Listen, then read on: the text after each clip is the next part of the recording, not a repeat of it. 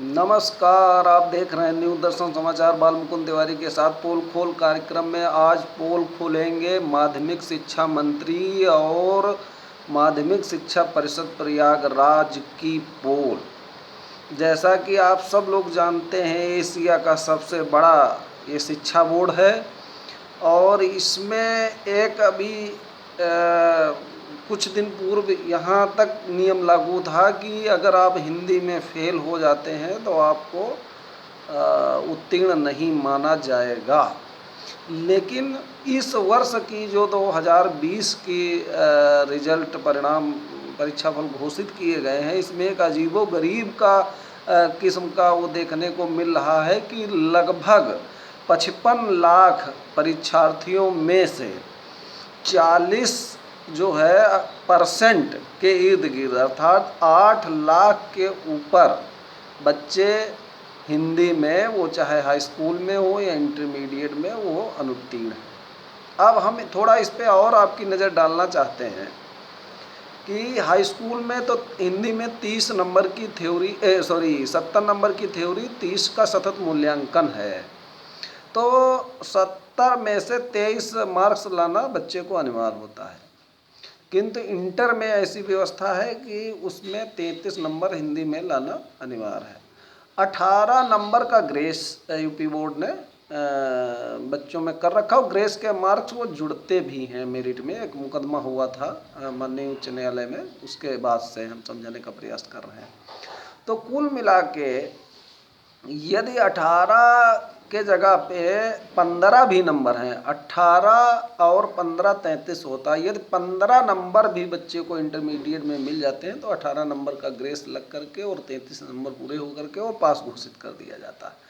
लेकिन अब देखना होगा कि पढ़ाई कैसे हुई। हिंदी जो गृह मंत्रालय भारत सरकार है, वो हिंदी के व्यापक प्रचार प्रसार के लिए सतत क्रियान्वित है और कृत संकल्पित है। अपितु अगर देखा जाए तो अभी तक ये था, ये उत्तर प्रदेश में चारों तरफ चर्चा पर चर्चा का दौर चल रहा था कि हमारा माध्यमिक शिक्षा मंत्री फेलियर है और उनके द्वारा जो भी कदम उठाए जा रहे हैं वो शिक्षा जगत को ऊंचाइयों तक पहुंचाने के लिए नहीं, अपितु उसको वो कोई काम न करने के ही नाम से वो जाने जाते हैं और उनकी ये पहचान है। जैसे आप कहीं उत्तर प्रदेश में किसी गली में बात करेंगे जो शिक्षा विभाग से रिलेटेड होगा कि ऐसा कौन सा मंत्री है जो काम न करने के नाम से जाना जाता है, तो तुरंत वो बता देंगे कि अमुक ये नाम है और ये है।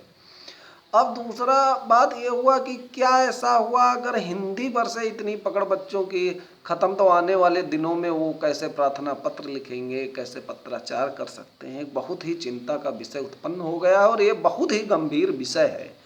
तो एक प्रकार से हमारा माध्यमिक शिक्षा मंत्री ही नहीं फेलियर है, बल्कि उसने तो जो माध्यमिक शिक्षा परिषद है उसके अधिकारियों के द्वारा जो रणनीति है, प्लस जो उच्च शिक्षा अधिकारी हैं वो लोग क्या कर रहे हैं, कैसे क्या है, ये बहुत ही गंभीर एक विषय है। और ये विद्यालयों को कैसे निर्देश दिए जा रहे हैं कि आप इतने बड़ी मात्रा में हिंदी में बच्चे, अभी तक ये होता था कि यदि अंग्रेजी में फेल हो जाते हैं या गणित में फेल हो जाते हैं तब तो माना जाता था, लेकिन हिंदी में इतनी बड़ी मात्रा में बच्चे अगर फेल हो रहे हैं तो ये बहुत हो। जबकि मात्र 23 नंबर हाई स्कूल में लाना है और 33 नंबर इंटर में लाना है, लेकिन उसमें भी ग्रेस की व्यवस्था, अगर हाई स्कूल में 23 भी नंबर नहीं मिलते हैं तो उसमें 18 नंबर का ग्रेस है ही है और मात्र 5 नंबर की ज़रूरत है उन्हें। और बाकी तो हाई स्कूल में इन्होंने ऐसी व्यवस्था कर दिया है कि अगर हिंदी में बिल्कुल भी अनुत्तीर्ण होंगे आप तो 5 विषय में पास बच्चा पास माना जाता है। और प्लस वो कंपार्टमेंट वगैरह की व्यवस्था जो प्लस है इस तरीके से है। लेकिन वो जो भी है, कुल मिला के ये बहुत दुखद है। यदि हमारे बच्चे इतनी बड़ी मात्रा में हिंदी में फेल हो जाएंगे तो फिर ये बहुत ही आने वाली जो हमारी पीढ़ी है इसका नुकसान बहुत व्यापक होगा। क्योंकि अगर हिंदी में फेल हैं तो अंग्रेजी तो माशाअल्लाह है यहाँ की, खासकर हमारे उत्तर प्रदेश में। तो ये क्या साजिश है, ये कहीं साजिश है, ये क्या सिस्टम है, इसकी जांच होना चाहिए। राष्ट्रीय शिक्षक संघ ये मांग करता है कि इतनी बड़ी मात्रा में जो हिंदी में हमारे भाई बहन फेल हुए हैं यूपी बोर्ड से, तो उनकी जांच का विषय बनता है। या ये कहीं शिक्षा में प्रॉब्लम क्रिएट है, तो उस शिक्षा को सुधारा जाना चाहिए।